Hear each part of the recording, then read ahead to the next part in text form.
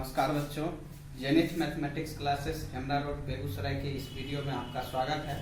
बच्चों, आज हम लिमिट्स पे चर्चा करेंगे।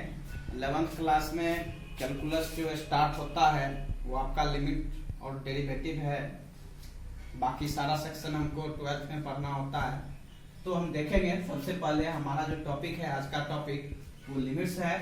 बच्चों, अभी तक अगर आपने मेरे चैनल को सब्सक्राइब नहीं किया है तो प्लीज सब्सक्राइब कर ले, क्योंकि आपको हर रोज एक नए इसी तरह से एक टॉपिक का वीडियो हम देते रहेंगे। आज हम शुरू करेंगे लिमिट्स के बारे में पढ़ेंगे। लिमिट्स है क्या, तो उसको जानने से पहले बच्चों हम थोड़ा सा देखेंगे नेबरहुड्स ऑफ ए पॉइंट के बारे में। नेबरहुड्स ऑफ ए पॉइंट, ये होता क्या है बच्चों? नेबरहुड्स ऑफ ए पॉइंट क्या होता है?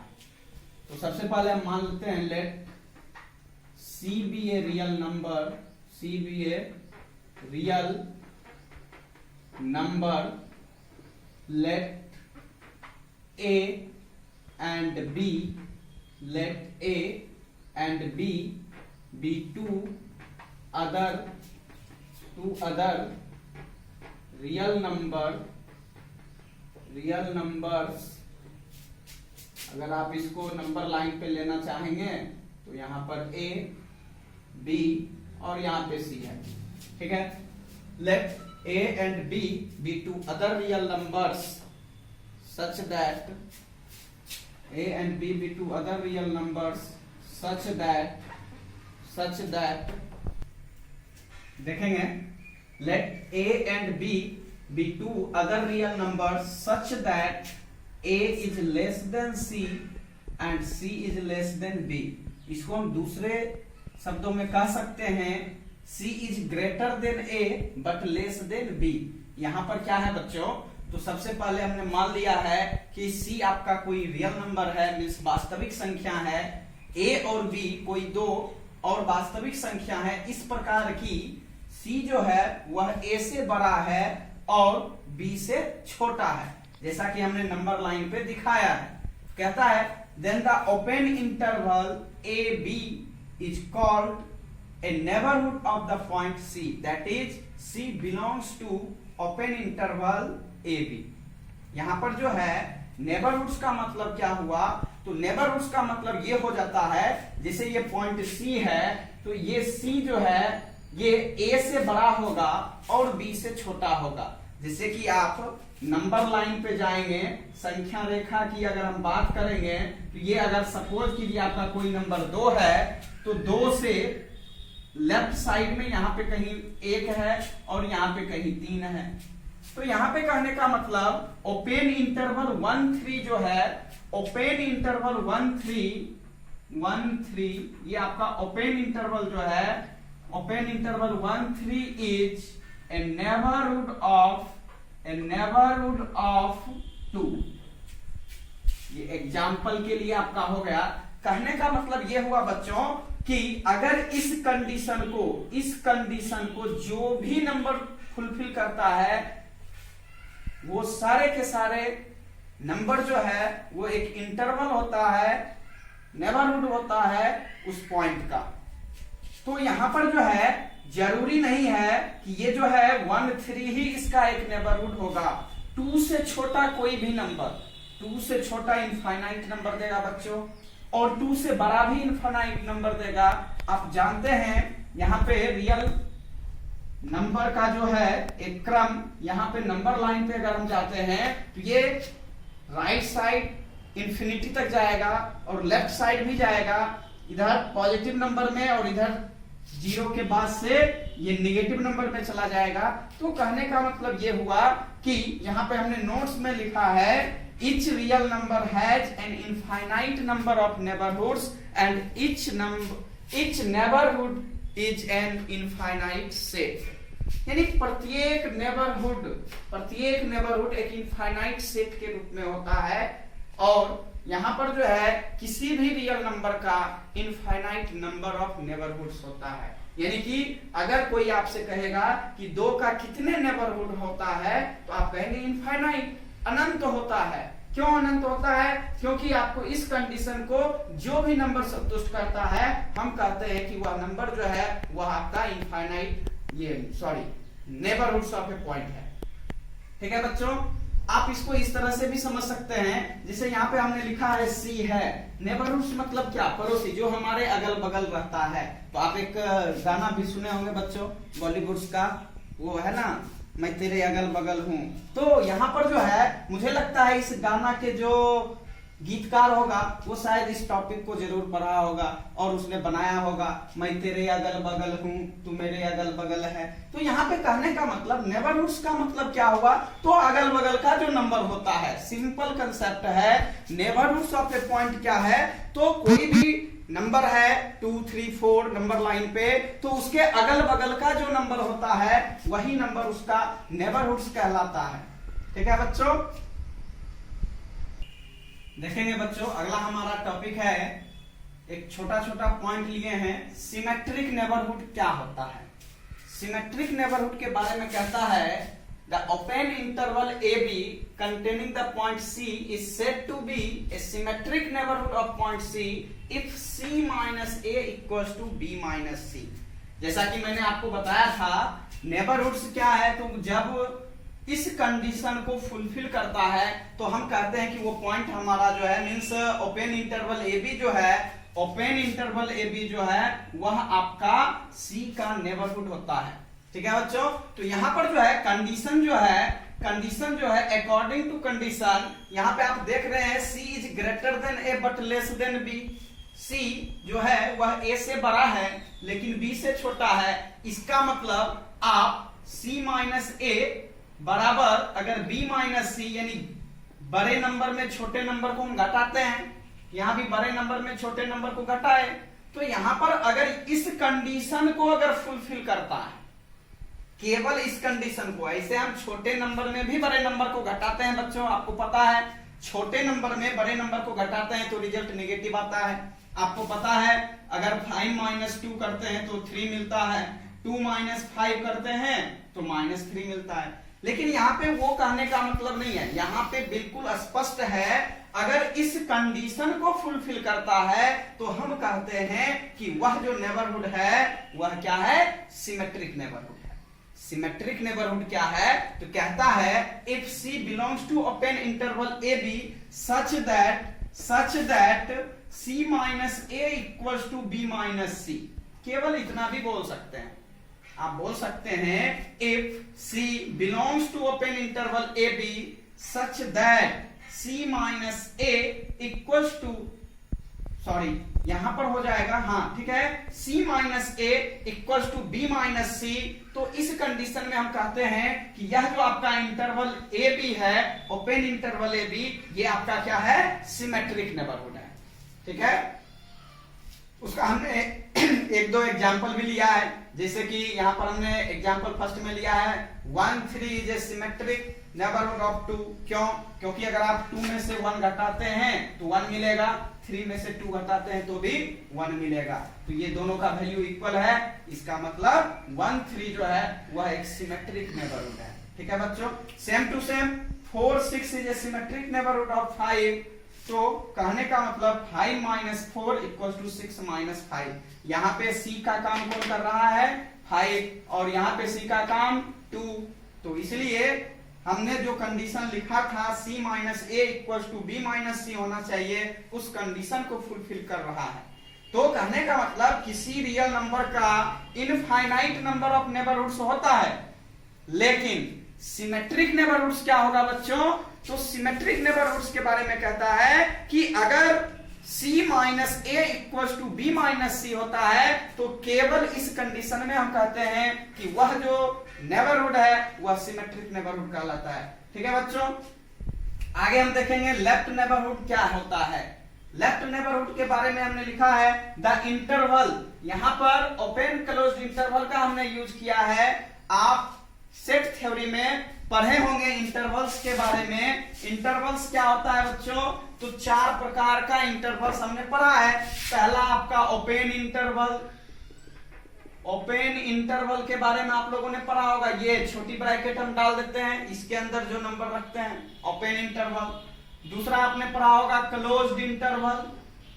क्लोज्ड इंटरवल क्या होता है बच्चों? तो ये बड़ी ब्रैकेट आप लगा देते हैं, यही क्लोज्ड इंटरवल होता है। फिर होता है open closed interval. Open closed interval ये क्या होता है? तो एक ओपन दूसरा क्लोज रहता है। और फिर एक होता है closed open interval. Closed open interval. तो आपने ये पढ़ा है, आपको पता है, पढ़ा होगा बिल्कुल। अगर नहीं पढ़े हैं तो एक बार सेट थ्योरी का ये टॉपिक जरूर देखिए, इसका मतलब क्या होता है।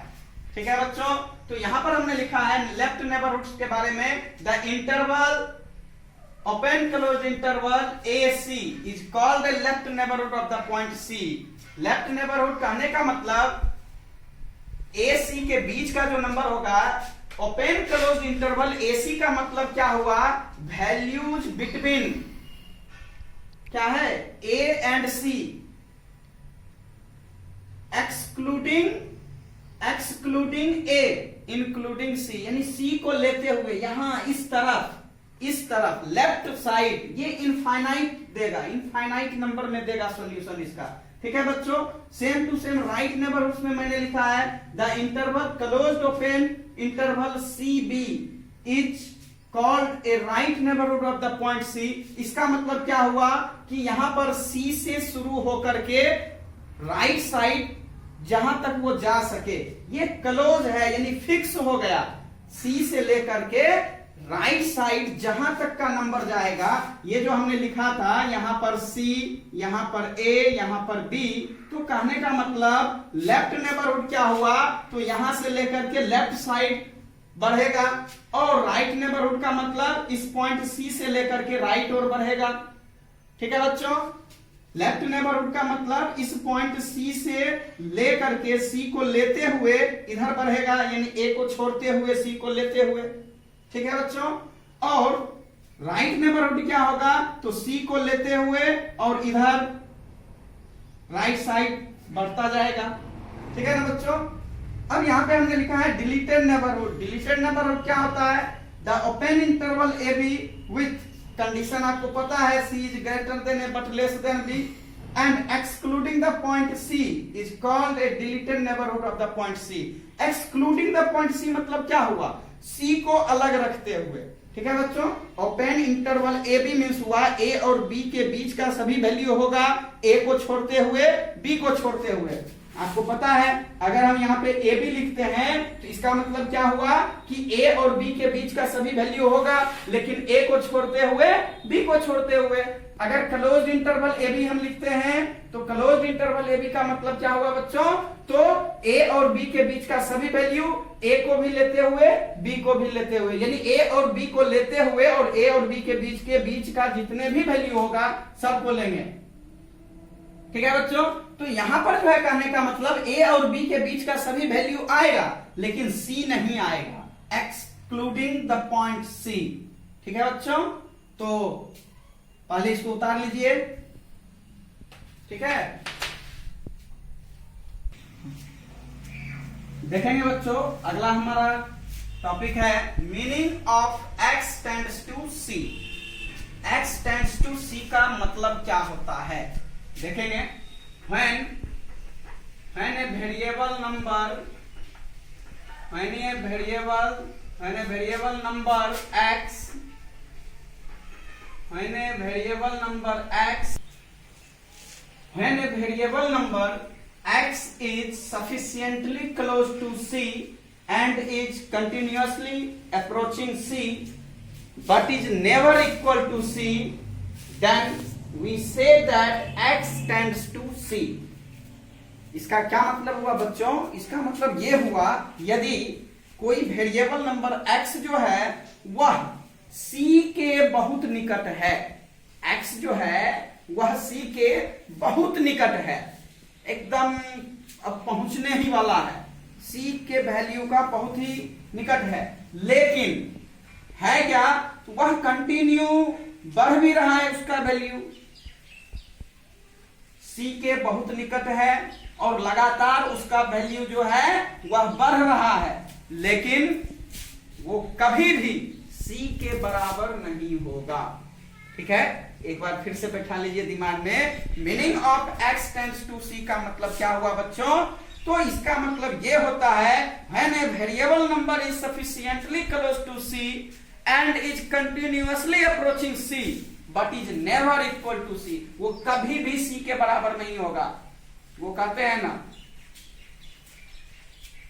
एक मरा हुआ शेर है और एक जिंदा सियार है, कौन ज्यादा बड़ा है? पता है आपको? सियार बड़ा है। क्यों? क्योंकि वह जिंदा है, वह जिंदा है इसलिए वह ज्यादा पावरफुल है और शेर तो मर चुका है। इसलिए कहता है कि ये लाख प्रयास कर ले, बहुत निकट है।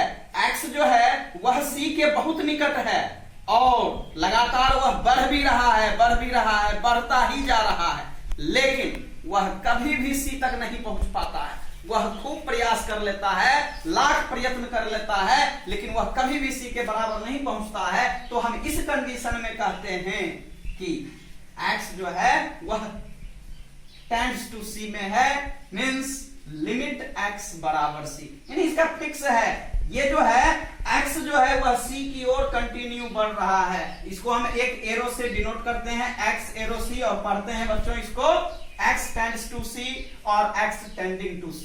ठीक है बच्चों, इसका एक एग्जांपल से आप समझ सकते हैं। जैसे कि हमने लिखा है x tends to 2 means an open interval से 1.99 2.01। कहने का मतलब 2 का जो नेबरहुड होगा, 2 का जो नेबरहुड यहां पर है वो हमने लिखा है। कहने का मतलब यहां पे 2 है, लेफ्ट साइड, इसके लेफ्ट साइड ढेर सारा नंबर आ सकता है, इसके राइट साइड भी ढेर सारा नंबर जाएगा। ठीक है बच्चों, लेकिन हम यहां पर ये देखेंगे कि ये लेफ्ट से कंटिन्यू 2 की ओर बढ़ रहा है, राइट से भी कंटिन्यू 2 की ओर बढ़ रहा है, लेकिन कभी भी 2 के बराबर नहीं हो सकता है। ये नंबर शुरू हुआ माइनस इंफिनिटी से शुरू हो रहा है, माइनस इंफिनिटी से लेकर के ये 1.99 तक जा रहा है, लेकिन कभी भी 1.9999 जो भी कह लो वहां तक जाएगा, लेकिन ये कभी भी 2 के बराबर नहीं होगा। Same to same right side plus infinity से लेकर के ये 2.01 तक जा रहा है, लेकिन ये कभी भी 2 के बराबर नहीं हो सकता है। ठीक है बच्चों, देखेंगे बच्चों आगे x tends to c from left. अब यहां पर जैसे हमने लेफ्ट नेबरहुड, राइट नेबरहुड के बारे में पढ़ा था, उसी तरह से यहाँ पे हम पढ़ेंगे x tends to c from left. ये लेफ्ट से क्या होता है? जैसा कि आपको बताए थे कि x टेंड्स टू 2 है, तो हमने कहा था ये 2 से ये माइनस इंफिनिटी से लेकर के 1.99 तक गया था, और यहाँ पे प्लस इंफिनिटी से लेकर के 2.01 तक लेके हम लिखे थे। तो यहाँ पर जो है ये लेफ्ट साइड जो नंबर है कहता है when a variable number x approaches c through values less than c। कहने का मतलब माइनस इंफिनिटी से 1.99, ये देखिए मैंने लिखा है ऊपर में 1.99। कहने का मतलब 1.99 तक जा रहा है। when a variable number approaches c through values less than c, मतलब ये जो है c का काम यहाँ पे बच्चों कौन कर रहा है? 2। ठीक है ना, c का काम 2 कर रहा है। तो यहाँ पर जो है 2 से छोटा मान आएगा, जब भी आएगा 2 से छोटा मान, कंटिन्यू बढ़ रहा है, लेफ्ट साइड कंटिन्यू बढ़ रहा है, बढ़ता ही जा रहा है, लेकिन ये क्या है? हमेशा 2 से छोटा ही मान दे रहा है। इसलिए बच्चों हम कहते हैं we say that x tends to c from left and is denoted as x tends to c minus 0 और x tends to c minus। ये जो माइनस का साइन है ना बच्चों, ये लेफ्ट को डिनोट करता है और प्लस जो है वो राइट को डिनोट करता है। ठीक है, ऐसे भी आपको पता है नंबर लाइन पे left side minus negative number आता है और राइट साइड पॉजिटिव नंबर आता है। ठीक है बच्चों, तो ये जो माइनस है ये माइनस नोटेशन हो गया, ये आपको लेफ्ट को डिनोट कर रहा है। x tends to c from right. अब ये same to same right side में क्या हो जाता है बच्चों? तो प्लस इंफिनिटी से ये वैल्यू आ रहा है, कहता है when a variable number या when x approaches c through values greater than c। अब ये जो है x जो है वो बढ़ रहा है, ठीक है, और वो हमेशा 2 से बड़ा आ रहा है, मीन्स c से बड़ा आ रहा है। ये जो है x tends to c from right, ये c की ओर कंटिन्यू आ रहा है, लेकिन हमेशा क्या होता है ना, वो c से बड़ा ही आता है, c के ओर लगातार बढ़ता ही जाता है, लेकिन कभी भी c के बराबर नहीं होता है, c से हमेशा बड़ा ही वैल्यू देता है। जब c से हमेशा बड़ा ही वैल्यू देता है तो इस कंडीशन में हम कहते हैं कि यह जो है x tends to c from right है, और इस कंडीशन में हम इसको x tends to c plus 0 और x tends to c plus लिखते हैं। ठीक है बच्चों,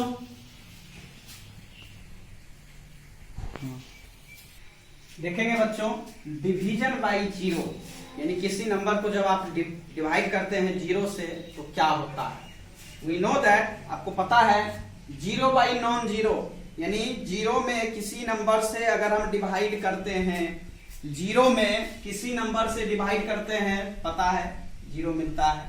ठीक है बच्चों, नॉन जीरो बाई 0 यानी किसी नंबर को अगर हम 0 से डिवाइड करते हैं तो आपको पता है नॉट डिफाइंड होता है, मींस इन्फिनिटी होता है। Same to same 0 into any number, यानी किसी नंबर को अगर आप 0 से मल्टीप्लाई करते हैं तो क्या होता है, पता है आपको 0 होता है। ठीक है, देयरफॉर हमने क्या किया, इस 0 को आप अगर इधर कर लेते हैं क्या मिलेगा, 0 by 0 equals to any number, 0 by 0 equals to any number, and hence is called an indeterminate form. इसको हम इनडिटरमिनेट फॉर्म कहते हैं, या इसी को आप 0 बाई 0 फॉर्म भी कहते हैं। और ऐसे कहूं तो मेरा एक सामान्य लैंग्वेज है 0 बट्टे सन्नाटा। ये होता क्या है बच्चों, 0 बट्टे सन्नाटा, क्लास में जब तक अपने क्लास में बोल देता हूं 0 बट्टे सन्नाटा क्या है, तो 0 बट्टे सन्नाटा का मतलब 0 बाई 0 फॉर्म है बच्चों। ये हम ऐसे मजाक किया आपसे। तो देखेंगे यहां पर है similarly infinity by infinity is another indeterminate form, यानी कि 0 बाई 0 फॉर्म जो है, 0 बाई 0 जो है वह इनडिटरमिनेट फॉर्म में होता है बच्चों, और इन्फिनिटी बाई इन्फिनिटी जो है वह भी आपका इनडिटरमिनेट फॉर्म होता है। ठीक है बच्चों, same to same 0 into infinity, infinity minus infinity, 1 to the power infinity, 0 to the power 0 and infinity to the power 0 का भी वैल्यू जो है, जो भी होता है, ये हमारा क्या होता है, इनडिटरमिनेट फॉर्म में होता है। इनडिटरमिनेट फॉर्म में होने का मतलब ये होता है, आगे जब हम आपको लिमिट का कंसेप्ट शुरू करेंगे, ये तो बेसिक कंसेप्ट है बच्चों, अभी लिमिट शुरू नहीं हुआ है। लिमिट को शुरू करने से पहले हमने ये सारा जो है, ये कुछ बेसिक बातें हैं, हमने आपको एक बेसिक से लेके चले हैं, बिल्कुल 0 लेवल से उठाए हैं। आप लोग बिल्कुल धैर्य धारण करके हमारे वीडियो को देखते रहें, अंतिम तक देखिए। ये बिल्कुल आपको जो है 0 से बताना शुरू किए हैं, मुझे विश्वास है आपको समझ में आएगा। धीरे धीरे इससे हम और पर्दा उठाएंगे, क्या है राज खुलेगा, देखते हैं। तब तक के लिए इसको नोट कर लीजिए बच्चों। चलिए देखेंगे बच्चों, यहाँ पर हमने जो बताया था आपको meaning of x tends to c, इसका एक हम एग्जाम्पल देखते हैं। एग्जाम्पल क्या है बच्चों, example for x tends to c। x tends to c का जो हमने कंसेप्ट दिया था उससे रिलेटेड हम एग्जाम्पल यहाँ पर देखेंगे। हमने मान लिया let fx equals to x square minus 4 by x minus 2। यहाँ पे अगर आपको एट x इक्वल्स टू 2 पे अगर आपको चेक करना है, clearly fx is defined for all x except 2, यानी 2 को छोड़ करके, 2 को छोड़ करके सभी पॉइंट पे fx जो है वह डिफाइंड है, यानी परिभाषित है। ठीक है बच्चों, x इक्वल्स टू 2 पर ये परिभाषित नहीं है, हमने लिखा है and not defined at x equals to 2, that is indeterminate form, और 0 बाई 0 फॉर्म को ये पकड़ रहा है। कैसे, जो ही आप x बराबर 2 रखते हैं, आपको पता है 4 माइनस 4 बाई 2 माइनस 2 होगा, मीन्स 0 बाई 0 फॉर्म। ठीक है बच्चों, पकड़ लिया ना, 0 बाई 0 फॉर्म पकड़ लिया है। तो इसलिए सबसे पहले किसी फंक्शन को अगर हम लिमिट चेक करेंगे, किसी फंक्शन का लिमिट चेक करने के लिए सबसे पहला जो जरूरी काम होता है, हमको ये चेक करना पड़ेगा कि वह फंक्शन डिफाइन है या नहीं है। ठीक है बच्चों, क्योंकि अगर फंक्शन डिफाइन ही नहीं होगा तो फिर हम लिमिट कैसे चेक करेंगे। ये बहुत बड़ा कंसेप्ट है, आप फिर से समझ लीजिए।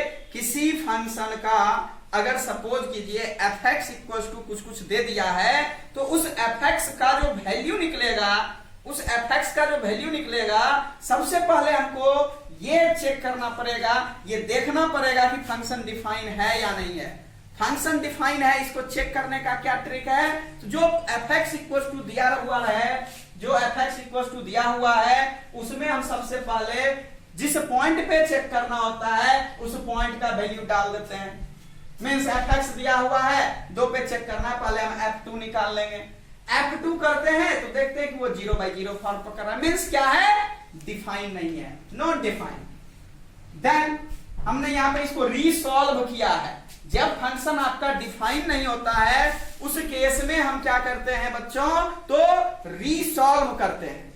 ठीक है, रीसॉल्व करने का मतलब क्या हुआ, हम उसको सिंप्लीफाई करते हैं और जो भी है अपना बुद्धि विवेक, अपना जो कुछ भी है उसका हम यूज करते हैं। और यहां पर जो है हम किसी भी तरह से हम ये निकाल लेते हैं, ऐसा कुछ टर्म निकालते हैं जो कि हमारा डिफाइन हो जाए। ठीक है बच्चों, तो एफ एक्स इक्वल टू हमने क्या किया, यहां फैक्टराइज किया, x - 2 इंटू एक्स प्लस 2। आपको पता है a square minus B square equal to होता है a minus B into a plus B. यहां पर x स्क्वायर माइनस 4 है, 4 को आप 2 का स्क्वायर लिख सकते हैं, बिल्कुल। तो यहां से a square minus B square पे बेस हो गया बच्चों। यहां से x - 2 कैंसिल हो गया, तो एफ एक्स इक्वल टू क्या मिला, x प्लस 2। ठीक है बच्चों, तो लिमिट जो हम निकालेंगे, अभी हमने बताया नहीं है लिमिट कैसे निकालेंगे।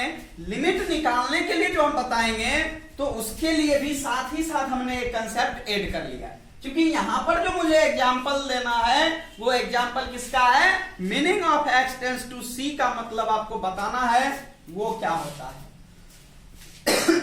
देखेंगे बच्चों आगे, ये एफ एक्स दिया हुआ है, f x equal to x plus 2 आ चुका है। नाउ हमने क्या किया, एक बॉक्स बना लिया है और यहाँ पे 2 रखा, 2 पर क्या था, फंक्शन 0/0 फॉर्म पर कर रहा था, मीन्स इंडिटरमिनेट फॉर्म में था। तो अब जो है हमने x और fx लिख दिया है 2 से छोटे मानों के लिए। आपको पता है लेफ्ट टू राइट हमको नंबर लाइन पे चलना होता है, तो लेफ्ट टू राइट जब हम चलते हैं तो हमने शुरू किया, इधर और भी होगा वैल्यू, इंफिनिटी वैल्यू होगा, तो हमने एक छोटा सा ले लिया है, 1.5 से शुरू किया है। अगर आप 1.5 रखते हैं तो fx का वैल्यू 3.5, 1.6 रखते हैं तो 3.6। इस तरह से अगर आप 1.99 तक रखते हैं तो आपको 3.99 तक मिलता है। और जो ही आप इससे बड़े नंबर रखते हैं, यानी राइट साइड से अगर हम शुरू करते हैं, 2.5 रखते हैं तो 4.5, 2.1 रखते हैं तो 4.1, 2.01, 4.01। लेकिन ये कभी भी यहां 2 पे ये नहीं पहुंच पाएगा। ठीक है बच्चों, तो इस तरह से आप कह सकते हैं, इस तरह से कह सकते हैं कि x टेंड्स टू 2 का मतलब क्या हुआ, तो 1.99 से लेकर के 2.01 तक का वैल्यू हम रख सकते हैं, यानी ओपन इंटरवल 1.99 टू क्या है 2.01। लेकिन कभी भी इसका वैल्यू जो है वह 2 के बराबर नहीं होगा।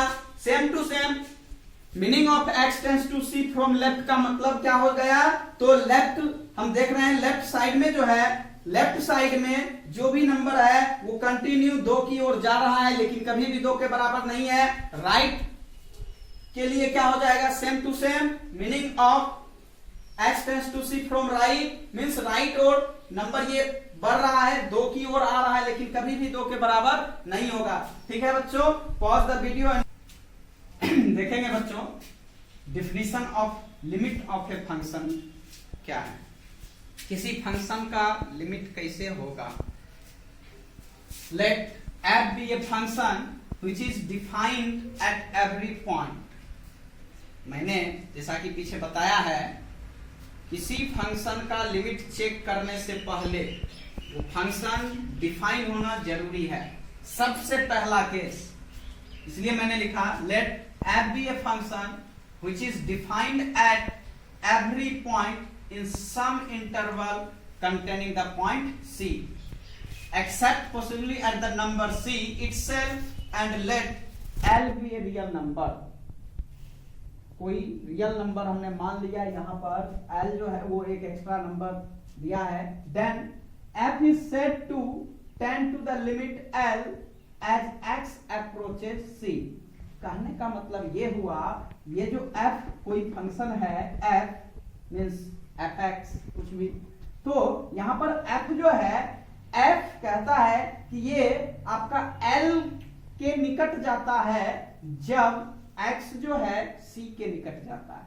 ठीक है, f is said to tend to the limit l as x approaches c, यानी जब x c के तरफ जा रहा होता है तो f जो है वह l के तरफ जाता है, l के निकट जाता है। ठीक है, if the difference between the value of fx and l can be made as small as we please by taking values of x sufficiently close to c and x not equal to c।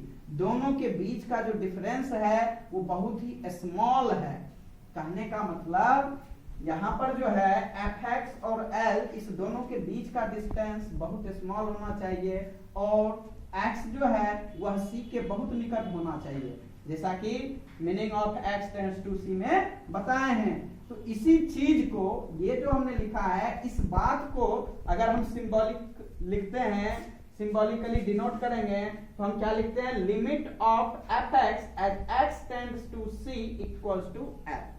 ठीक है बच्चों, यहाँ पर जो LIM लिखे हमने, ये क्या है, लिमिट है। इसको हम लिमिट पढ़ेंगे, limit of fx as x tends to c और limit of fx as x tending to c equals to l। दूसरे शब्दों में कहें, और fx tends to l as x tends to c, जैसा कि हमने यहाँ पर लिखा भी है, f is sent to tend to the limit l as x approaches c। इसका मतलब क्या हुआ, fx जो है वो l के कंटिन्यू निकट जा रहा है, लेकिन कभी भी l के बराबर नहीं है। सेम टू सेम यहाँ पर x जो है वो c के निकट जा रहा है। आप कह सकते हैं कि x जब c के निकट जाता है तो fx जो है वह l के निकट जाता है। इससे पीछे एग्जाम्पल में देखे भी थे, एग्जाम्पल में हम देखे थे कि कैसे लेफ्ट से कैसे राइट से आ रहा था और वहां पर जो वैल्यू है ये 0/0 2 पे दे रहा था, लेकिन यहाँ पर जो है हम थोड़ा सा इसको और क्लियर कर लिए। यहाँ पर क्या हो गया, तो अब बिल्कुल आपका लिमिट का डिफिनीशन आ चुका है। लिमिट होता क्या है आप समझ चुके हैं, तो इसको आप नोट कर लीजिए। हम यहाँ पे लेफ्ट हैंड लिमिट और राइट हैंड लिमिट की चर्चा करेंगे, तो आज के लिए हम सबसे पहले इसको नोट कीजिए। देखेंगे बच्चों लेफ्ट हैंड लिमिट के बारे में और राइट हैंड लिमिट के बारे में। लेफ्ट हैंड लिमिट क्या है, लिखा है when x approaches to c from left hand side, जैसा कि हमने बताया है the function fx tends to the limit l1। जैसा कि इससे पहले लिमिट के डिफिनीशन में लिखा था कि x जो है वह c के निकट जाता है तो fx जो है वह l के निकट जाता है। यहाँ पे लेफ्ट हैंड लिमिट के लिए हमने मान लिया है कि fx जो है वो l1 के निकट जाता है, तो हम लिख सकते हैं limit of fx as x tending to c minus equals to l1। ठीक है, राइट हैंड लिमिट में हम क्या लिखेंगे बच्चों, when x approaches c from right hand side, अब जो है राइट हैंड साइड से ये आ रहा है, the function fx tends to the limit l2, ये हमने मान लिया है। then limit of fx as x tends to c plus equals to l2, तो ये आपका राइट हैंड लिमिट होता है और ये लेफ्ट हैंड लिमिट होता है। एग्जिस्टेंस ऑफ लिमिट के बारे में देखेंगे। एग्जिस्टेंस ऑफ लिमिट क्या है, if limit of fx as x tending to c minus equals to limit of fx as x tends to c plus equals to l। कहने का मतलब ये आपका लेफ्ट हैंड लिमिट है और ये राइट हैंड लिमिट है। Left hand limit, right hand limit अगर दोनों का वैल्यू सेम आ जाए, लेफ्ट हैंड लिमिट और राइट हैंड लिमिट दोनों का वैल्यू अगर सेम आ जाता है बच्चों, और वह वैल्यू हमने मान लिया है कि L है, then we say that limit of fx as x tends to c exists and we write it as limit of fx as x tends to c equals to L। इस condition में जब left hand limit और right hand limit बराबर होता है, हम कहते हैं कि लिमिट जो है वो एग्जिस्ट करता है। और यहां पर जो हमने माइनस या प्लस लिखा है, माइनस प्लस नहीं लिख करके हम सीधे लिखते हैं limit of fx as x tends to c equals to L। ठीक है बच्चों, तो इस वीडियो को अगर आप समझ चुके हैं तो हम अगले वीडियो में आपको इसके आगे का टॉपिक बताएंगे। अगले वीडियो का इंतजार कीजिए। तब तक अगर आप अभी तक मेरे चैनल को सब्सक्राइब नहीं किए हैं तो please subscribe my channel and share my channel. ठीक है बच्चों, धन्यवाद।